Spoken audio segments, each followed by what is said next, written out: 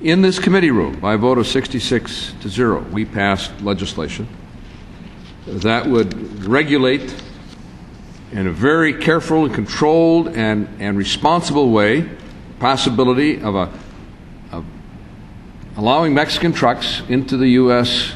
marketplace under a 3-year pilot program, but under a specific set of conditions and prerequisites that would assure compliance with safety. The bill passed the House, as Ms. Boyda said a little bit ago, by a vote of 411-3.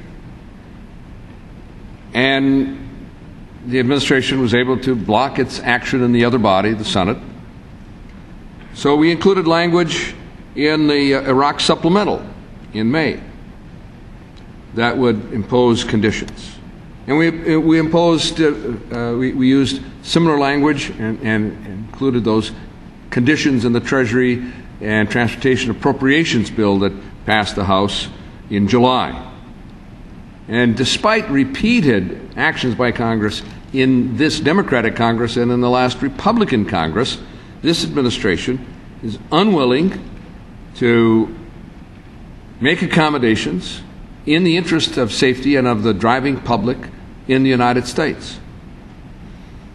Now, soon the Inspector General is going to submit a report to both to the DOT and to the Congress.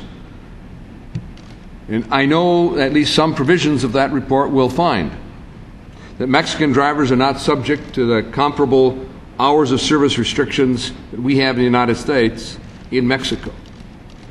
That means that a Mexican driver could be on the road for 10 hours before coming to the border and then be allowed to drive another 10 hours in the United States. Be allowed to drive a truck that has not met basic safety standards, continue in the United States, and as in the case you just heard, lose a drive shaft, be out of control, and kill somebody. Mexico has no certified lab to test drivers for drugs and alcohol, as drivers are required to do in the United States. And the licensing requirements for drivers in Mexico are not the same as those for U.S. drivers. Yet, a Mexican license will allow that driver to be on U.S. roads.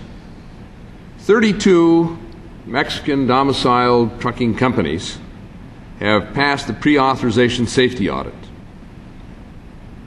And they have indicated their intention to conduct operations in the United States with 174 trucks.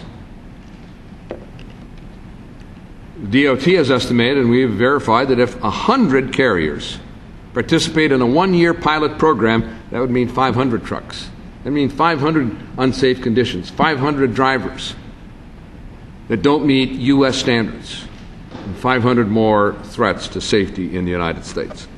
We have an obligation to act.